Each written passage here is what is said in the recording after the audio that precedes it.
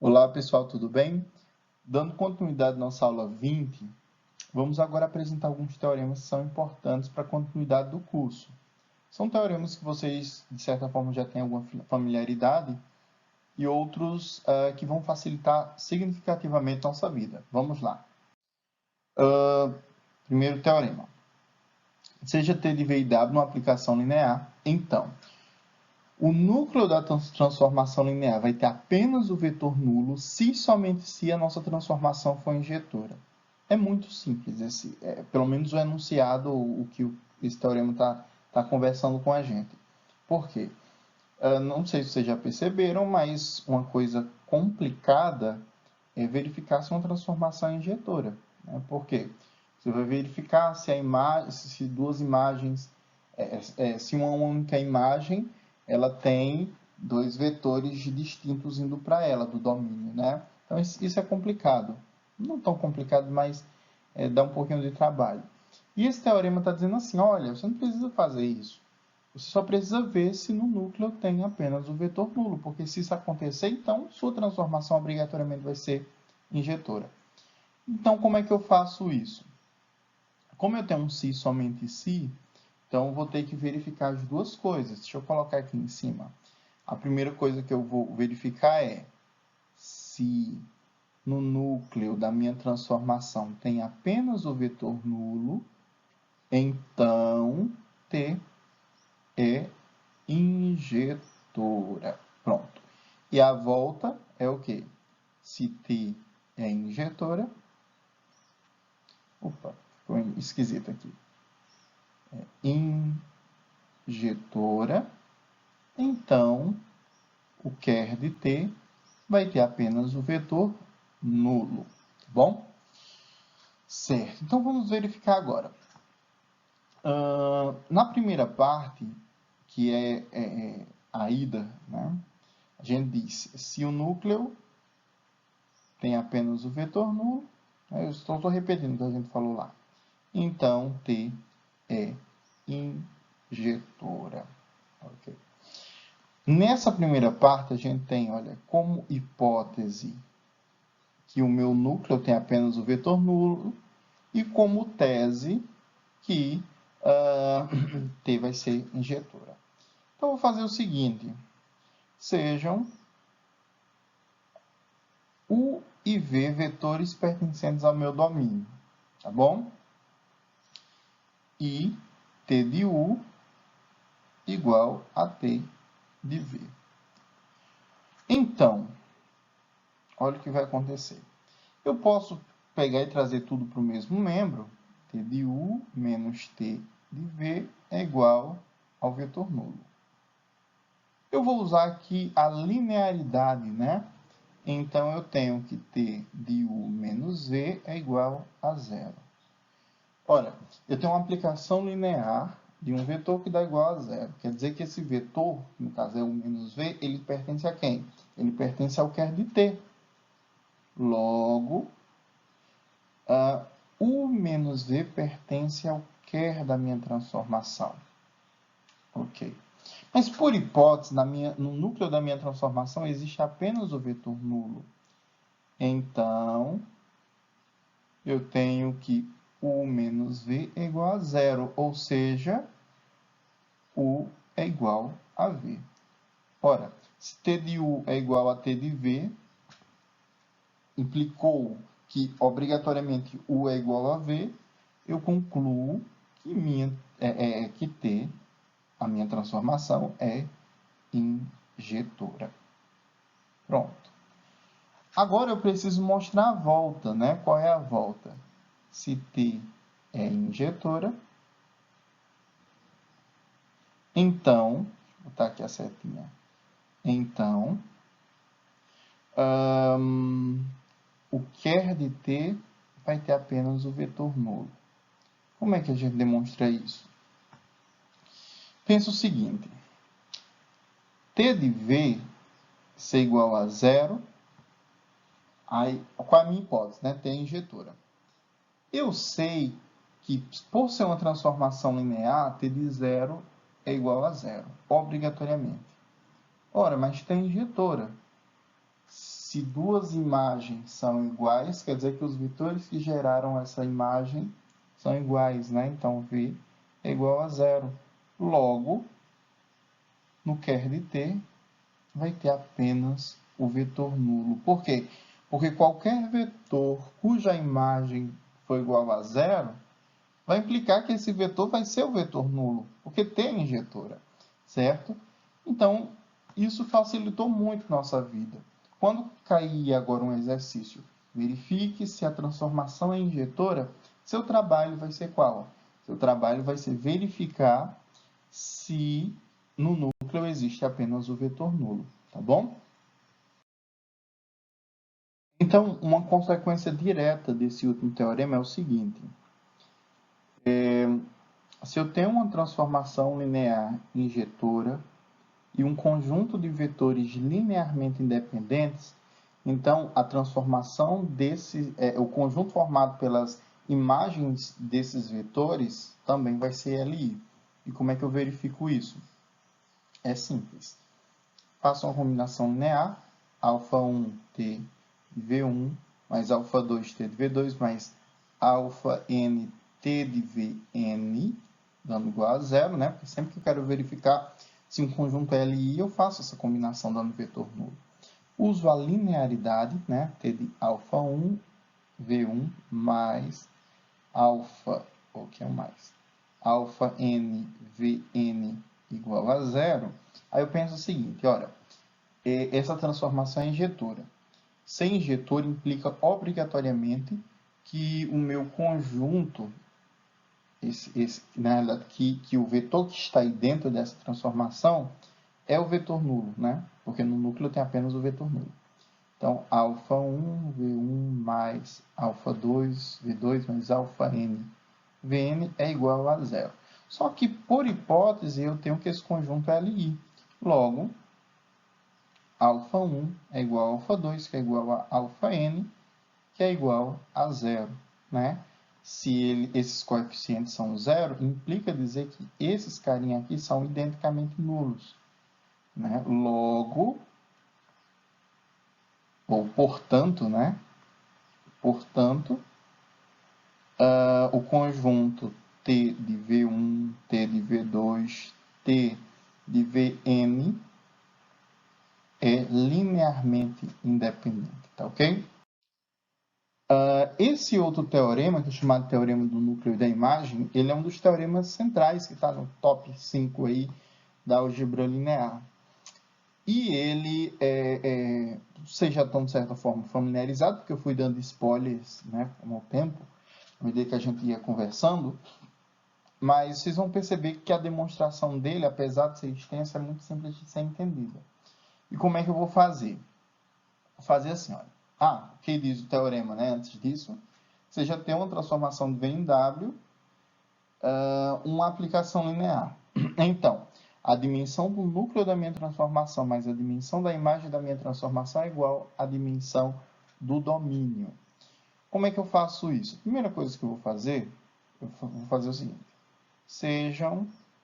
Vou chamar o 1, o 2, até o n vetores que pertencem ao meu domínio. Tais que esse conjunto, eu estou chamando de U, né? O 1, o 2 até o n é base do núcleo da minha transformação, tá bom? Porque você sabe que o núcleo da transformação é um subconjunto, um subespaço vetorial do meu domínio, né? Então, olha, eu posso ter uma base do núcleo da minha transformação. Tudo bem. A gente sabe que a quantidade de vetores que tem aqui é menor ou igual à do domínio, né? A quantidade de vetores que tem na base de um subespaço vetorial ele é menor ou igual à base do espaço que gerou ele. Certo. Então, a gente já viu um teorema lá atrás que você tem um conjunto linearmente independente, eu posso completá-lo até formar uma base do meu espaço vetorial. Então podemos completá-lo até formar uma base de V. Ok. Então, eu vou completar esse conjunto aqui, que era a base do núcleo, até formar uma base do meu espaço vetorial V.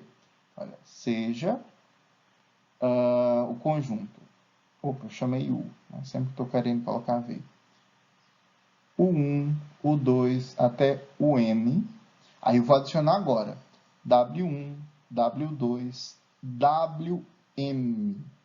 Esse M é uma quantidade de vetor maior ou igual ou um pouco menor do que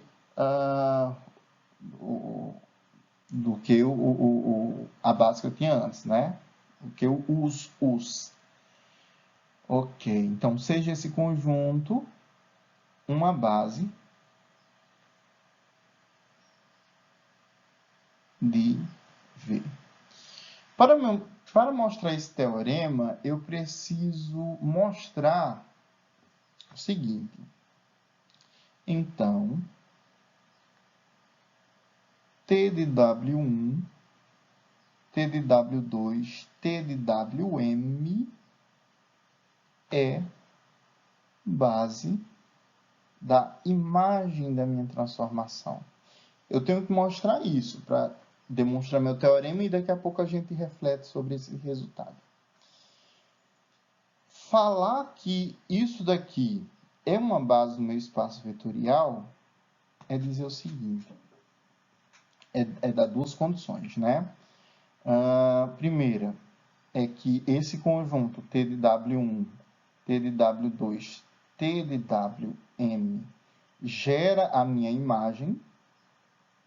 E a segunda coisa é que esse conjunto T de W1, T de W2, T de WM, esse conjunto aqui, é linearmente independente. E como é que eu faço isso? Como é que eu mostro essas condições? Essa minha demonstração vai ter duas partes. A primeira parte eu vou mostrar que gera, e a segunda parte eu mostro que ele é linearmente independente. Então, vamos para a primeira parte. Vou fazer assim. Seja um certo W pertencente à imagem da minha transformação. Se esse W pertence à imagem da minha transformação, existe um U pertencente ao meu domínio, tal que T de U é igual a esse W. Certo? Então, eu tenho que W é igual a T de... Olha, o U, como ele pertence a W, ele pode ser escrito como combinação linear dos vetores da base. Vou fazer assim, olha. Alfa1, U1, mais alfa2, U2, mais alfa-n, UN, ok? Mais, porque os vetores da base do domínio não é só esse daí, né? Tem outros.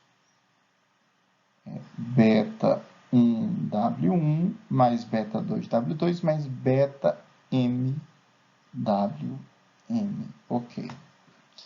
Agora eu posso fazer o seguinte, eu posso abrir essa transformação linear, né? Eu posso usar a linearidade da minha transformação.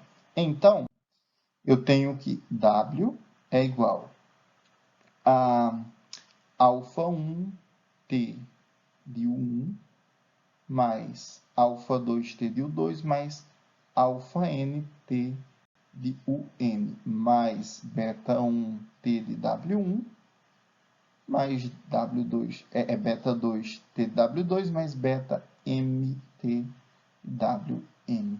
Ok. Aí vamos lembrar o seguinte, Aqueles vetores U1, U2, UN eram uma base do meu núcleo da transformação. Se ele é uma base do núcleo da transformação, eles estão no núcleo, né? Então, isso aqui vai dar igual a zero, isso aqui vai dar igual a zero também. E qual é a consequência disso? É que meu vetor da imagem é gerado por beta1, T de W1, beta2, T de W2, beta MT de WM, certo? Então, qualquer vetor que está no núcleo, ele pode ser gerado como combinação linear desses vetores, T de W1, T de W2, T de WM, tá certo? Logo, a imagem da minha transformação é gerada por T de W1, T de W2, T de WM. Ok. Então, mostrei a primeira parte. Falta a segunda. E como é que a gente faz isso? Porque a primeira parte era mostrar que gera. A segunda parte vai ser mostrar que esse conjunto é linearmente independente, né? Para verificar se um conjunto é linearmente independente, o que a gente faz? A gente faz uma combinação linear dando vetor nulo. Então, aqui é a segunda parte. Ok. Então, α1, T de W1, mais α2, T de W2, mais alfa MT de WM é igual a zero. Vou usar aqui a linearidade, né? O que a gente tem? T de α1, W1, mais α2, W2, mais alfa MWM. Ok. Isso aqui é igual a zero. Ora, eu tenho uma transformação linear de um vetor soma que está dando igual a zero. Então, esse vetor obrigatoriamente está onde? Está no núcleo da minha transformação. Logo, α1, W1, mais alfa MWM pertence, esse aqui é um vetor todinho, tá bom? Ele pertence ao quer da minha transformação. Ele pertence ao quer da minha transformação, quer dizer que ele pode ser escrito como combinação linear dos vetores do núcleo. Então, logo, então, o que a gente conclui? A gente conclui que α1, W1, mais α2, W2, mais alfa M, WM pode ser escrito como combinação linear dos vetores da base do núcleo. Beta 1, U1, mais beta 2, U2, mais beta N, UN. A gente só tem N vetores aqui. Ok, aí o que eu faço agora? Eu vou trazer tudo para um membro só, e a gente tem que beta 1, U1, mais beta 2, U2, mais beta N, UN, aí olha, menos alfa 1, W1, alfa 2, W, aí tudo menos, né, porque mudou de lado.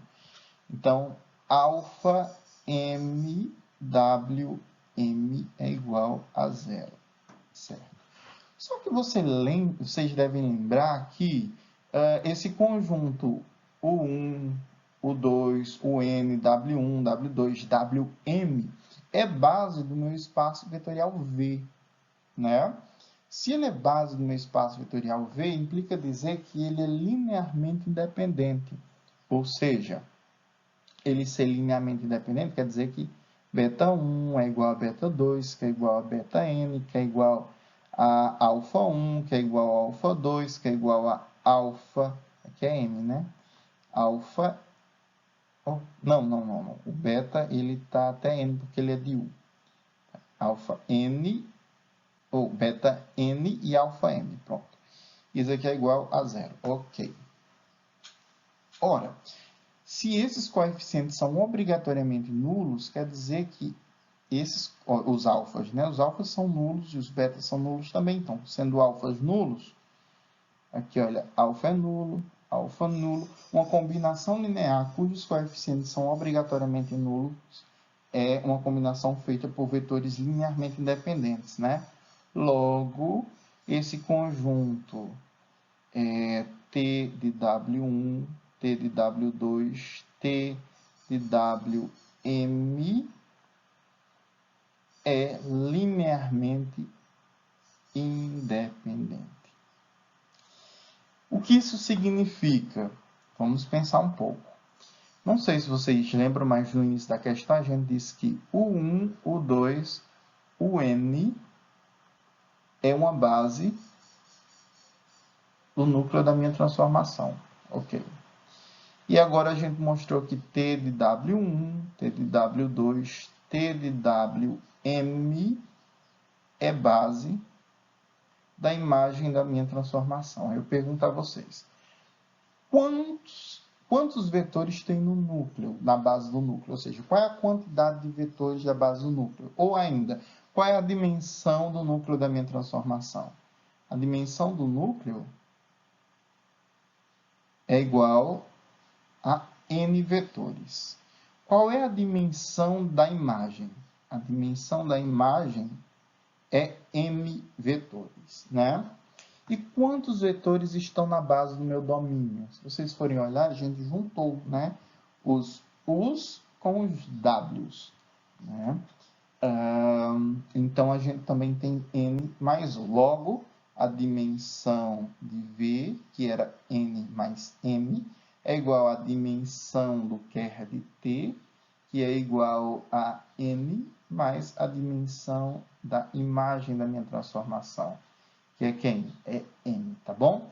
Então, está demonstrado, ok? Certo. Então, olha, como consequência direta daquele teorema, a gente tem um corolário muito simples, que diz o seguinte: se a dimensão de V é igual à dimensão de W, então T é injetora se somente se T for sobrejetora. Como é que eu consigo demonstrar isso?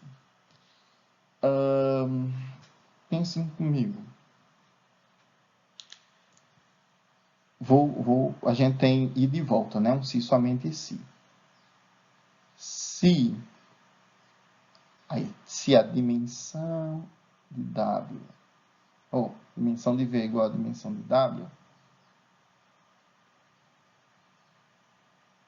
e T é injetora,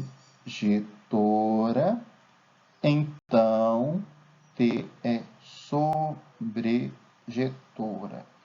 E por que isso é verdade? Pense comigo. Imagine que a dimensão de V é igual a n, certo? Como T é injetora, a dimensão de quer de T é igual a zero, né? A gente já viu que T é injetora somente se a dimensão do núcleo for igual a zero. Ok. Então, vamos fazer a continha. Dimensão de V é igual a dimensão do quer de T mais a dimensão da imagem de T, certo? Como isso aqui é zero, isso aqui é n, então a dimensão da imagem é exatamente igual a n. Mas a dimensão do contradomínio também era n. Então, isso quer dizer o seguinte, quer dizer que a dimensão da imagem é igual à dimensão do contradomínio, fazendo com que a minha transformação seja sobrejetora. A volta é análoga, a única diferença é que você vai fazer o seguinte, né? A dimensão da imagem é igual à dimensão de W. Como a dimensão de W é igual à dimensão de V, eu vou chamar de N, tá bom?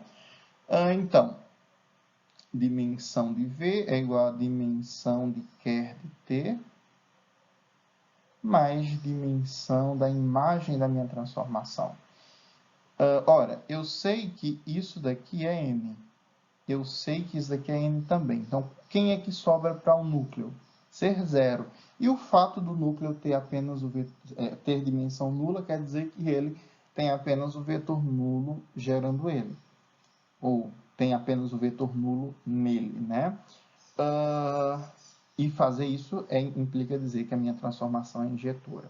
Tá certo? Então, a gente consegue demonstrar esse corolário dessa maneira. Certo? Uma outra consequência direta dos teoremas que a gente viu é a seguinte: seja T de V em W uma aplicação linear injetora. Se a dimensão de V é igual à dimensão de W, então T leva de base em base. Ora, a gente já viu que T sendo injetora e eu tivesse um conjunto de vetores linearmente independentes, então eu conseguiria o quê? Que as imagens desses vetores elas são também linearmente independentes. Agora, tendo a mesma dimensão V e W, então eu vou ter um conjunto que também é linearmente independente e tem a mesma quantidade de vetores, né? Então eu sei que vai gerar. Logo eu concluo que a minha transformação ela vai levar de base em base. Deixa eu tentar ilustrar isso aqui com um exemplo. Imagine que eu tenha a seguinte transformação. T de x, y, z, ou seja, uma transformação que vai do R3 no R3. Isso não é uma demonstração, tá certo? Isso aqui é só uma justificativa. Uma justificativa não, uma ilustração, melhor dizendo.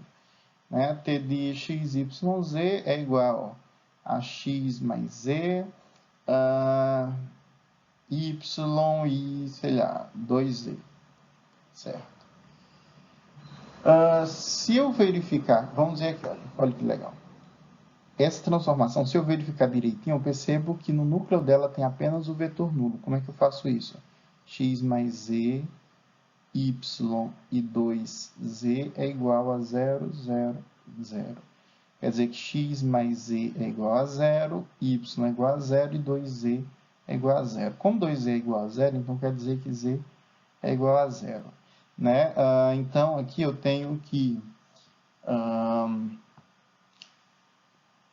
z sendo 0, x é igual a 0 também. Então, eu tenho x, y e z iguais a 0. No núcleo da minha transformação, vai ter apenas o vetor nulo. Se ele tem apenas o vetor nulo, então essa transformação ela é injetora. Como eu tenho a dimensão de V igual à dimensão de W, eu concluo também que ela é sobrejetora. Né? Ou seja, quando é injetora e sobrejetora simultaneamente, a gente diz que ela é bijetora. E está nas condições do corolário, quer dizer que leva de base em base. Em outras palavras, se eu pegar, por exemplo, T de 1, 0, 0, T de 0, 1, 0, T de 0, 0, 1. Olha o que vai acontecer. T de 1, 0, 0 vai ser quem? Vai ser 1, 0 e 0. T de 0, 1, 0 vai ser igual a quem? Vai ser 0, 1 e 0. E T de 0, 0, 1 vai ser igual a quem? Vai ser 1, 0 e 2. Certo? Esse conjunto aqui, eu tenho a certeza que vai ser LI também.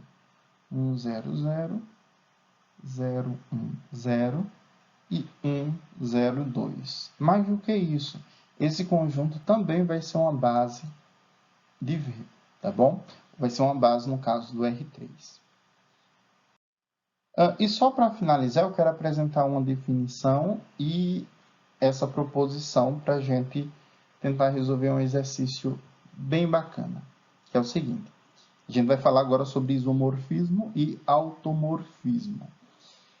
A gente entende isomorfismo do espaço vetorial V no espaço vetorial W, uma transformação que vai de V em W, que seja bijetora. Quando eu digo que ela é bijetora, é porque ela é injetora e sobrejetora simultaneamente. Então, um isomorfismo que vai do espaço nele mesmo, ou seja, é chamado de automorfismo. Então, quando você tem um operador linear, certo? Que é bijetor, que essa transformação seja bijetora, a gente diz que é um automorfismo. Você pode pensar, o que é um isomorfismo? Qual é o significado dele? A gente diz que o isomorfismo é um tipo de aplicação que conserva as estruturas. Ela conserva a soma, ela conserva o produto por escalar, né, naquelas operações que a gente aprende lá no espaço vetorial. E ela conserva também uma coisa que a gente vai estudar lá na frente, que é chamado de produto interno. Então, isomorfismos, eles conservam soma de vetores, as operações de soma, o produto por escalar e o produto interno que a gente vai ver, tá bom? Aí tem uma proposição bem bacana, que diz o seguinte: se tem um isomorfismo de V em W, então T de menos 1 de V em W também é um isomorfismo de W sobre V. Ou seja, aqui ele diz uma coisinha nova para a gente. O que é esse T a menos 1? É a transformação inversa. Ou seja, deixa eu tentar ilustrar aqui. Você tem V, você tem W, né? O fato da transformação ser um isomorfismo implica dizer que ela é bijetora. Se ela é bijetora, ela é injetora e sobrejetora. Sendo sobrejetora, a gente tem que a imagem da minha transformação coincidir exatamente com o contradomínio.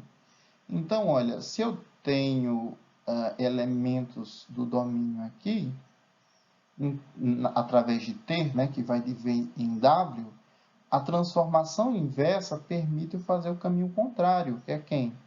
É de W em V, né? Os elementos aqui, eles podem fazer o caminho contrário. T a menos 1. Então, a gente consegue encontrar essa transformação inversa.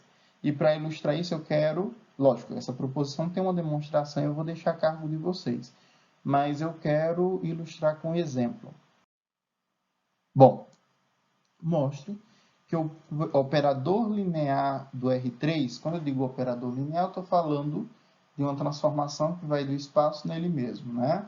Dado por t de x, y, z igual a x mais z, y menos z, ou x menos z e y. É um automorfismo. Determine t a menos 1. Ok. Então, como é que eu vejo isso? Primeira coisa, vamos verificar se no núcleo dessa transformação existe apenas o vetor nulo, né? E por que eu preciso verificar isso? Então, t de x, y, z igual a x mais z, x menos z e y. Por que eu tenho que verificar isso? Porque se tiver apenas o vetor nulo no núcleo dessa transformação, então a gente vai ter aí uma transformação injetora. Como a dimensão de V é igual à dimensão de W, por ser um operador linear, a gente tem que é sobrejetora. Logo, a gente diz que é bijetora, então é um automorfismo, né? É uma cadeia aí, né? Então, vou igualar isso ao vetor nulo, ok? Então, eu tenho que x mais z é igual a zero, x menos z é igual a zero e y é igual a zero. Ora, se eu somar essas duas expressões, eu tenho que 2x é igual a zero. Então, x é igual a zero. Isso implica também dizer que z é igual a zero. Certo. Então, olha, no vetor nulo, ele tem apenas o vetor nulo, desculpa, no núcleo ele tem apenas o vetor nulo. Isso implica dizer que o operador é uma transformação injetora. Ok. Implica dizer também o quê? Implica dizer que T é sobrejetora. Por que T é sobrejetora? Porque você tem que a dimensão de V é igual à dimensão de W, né? Então, cai no corolário que a gente acabou de falar. Certo. Então, sendo injetora ou sobrejetora, é bijetora. Se é bijetora, então é um isomorfismo. Como você está trabalhando num operador linear, então é um automorfismo, né? Talvez pareça confuso, mas pense com calma, reveja isso daqui, que dá certo.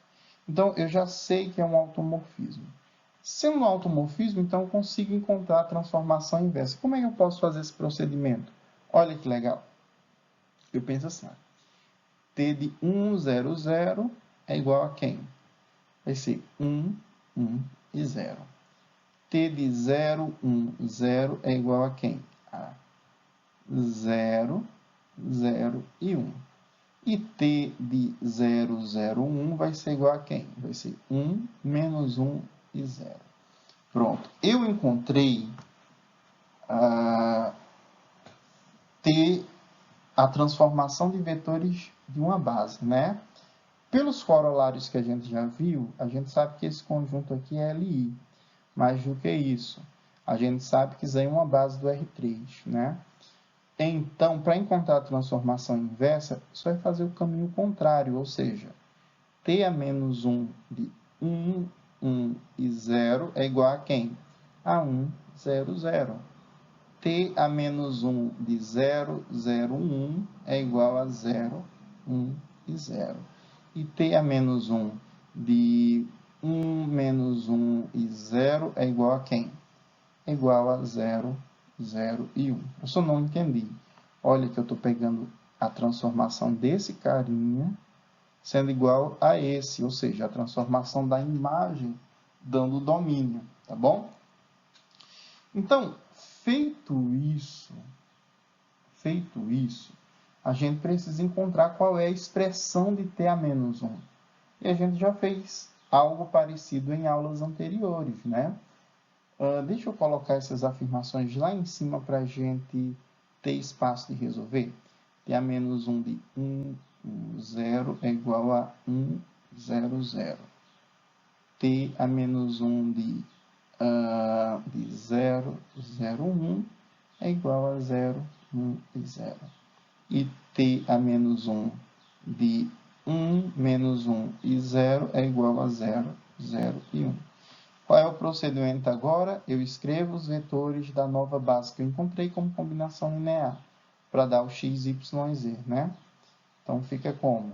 Fica x, y, z sendo igual a 1 alfa vezes 1, 1 e 0, mais um beta vezes 0, 0, 1, mais um gama vezes 1 menos 1 e 0. Eu estou querendo encontrar a transformação inversa. Ok, então, feito isso, eu tenho que encontrar alfa, beta e gama em função de x, y, z. Eu tenho que x é igual a alfa mais gama. Eu tenho que y é igual, segunda coordenada, né? Alfa menos gama. E eu tenho que z é igual a quem? Só beta, né? Ok. Logo, eu concluo que, vamos fazer o seguinte, eu vou somar essas duas expressões, então eu tenho x mais y é igual a 2 alfa. Isso implica dizer que alfa é igual a x mais y sobre 2. Ok. Se alfa é igual a x mais y sobre 2, eu posso, para ficar mais fácil, deixa eu fazer o seguinte, eu somei essas duas expressões. Agora eu vou subtrair, né? Se eu subtrair, eu tenho x menos y, isso aqui vai ser igual a 2 gama. Então, gama é igual a x menos y sobre 2. Isso quer dizer que deixa eu mudar aqui a cor para não se confundir.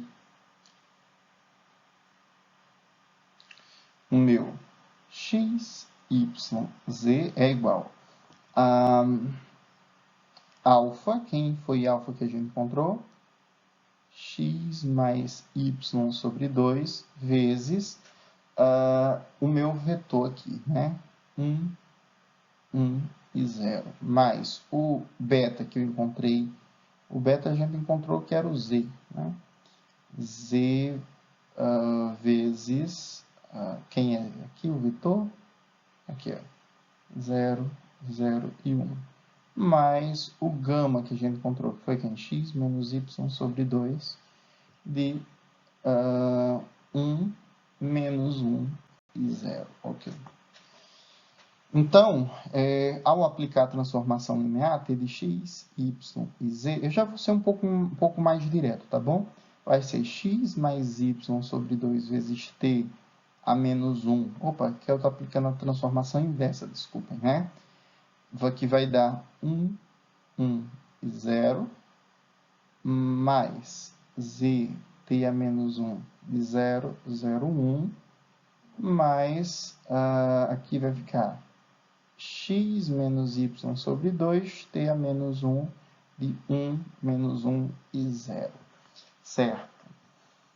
Eu sei quem é isso, né? A gente já encontrou. Então, eu tenho quem? Eu tenho que t a menos 1 de x, y, z, é igual a x mais y sobre 2 de 1, 0, 0, mais z vezes 0, 1, 0, mais x menos y sobre 2, 0, 0 e 1. Ou seja, isso aqui vai dar quem? X mais y sobre 2, z e x menos y sobre 2. Ok. Como é que eu verifico se essa minha expressão está certa? Né? Aqui foi o t menos 1, e x, y e z. Como é que eu verifico que ela está correta? É simples. Só é aplicar os vetores aí, a gente vê o que vai ser encontrado. Né? Se eu aplicar, por exemplo, t de 1, 0, 0, a gente vai ter aí como consegue... não, é esse vetor não que a gente vai pegar. A gente vai pegar o inverso, né? Então, o inverso foi quem? Foi t a menos 1 de 1, 1 e 0, que é esse primeiro vetor aqui. Pronto. Então, substituindo nessa expressão, você tem 1 mais 1, 2 dividido por 2 dá 1. Aqui, z vai dar 0. 1 menos 1, 0 dividido por 2 dá 0. Ok. Deu o primeiro vetor correto. T a menos 1 de... Aí, o segundo vetor foi quem? 0, 0, 1. Né? 0, 0 e 1. Isso aqui, quando a gente joga na expressão, vai dar 0, 1 e 0. E para finalizar, T a menos 1 de 1 menos 1 e 0, né? Que foi esse carinha aqui. 1 menos 1 e 0. Quanto vai dar aqui? No primeiro vai dar 0, no segundo vai dar 0 também, no terceiro vai dar 1, certo? Então, ok, olha, eu consegui encontrar a transformação inversa. Deixa eu fazer um desafio para vocês. Eu quero saber, agora, eu tenho só um pedacinho aqui. Quem é t a menos 1 de t de v? Para ficar mais fácil, eu quero saber quem é t a menos 1 de t de x, y e z. Eu já adianto para vocês que o resultado vai ser x, y e z. Eu vou deixar isso como exercício para vocês verificarem, tá bom? Então, pessoal, obrigado pela atenção, desculpa pelo tamanho da aula, mas eu espero que tenham entendido, tá bom? Um abraço e se cuidem.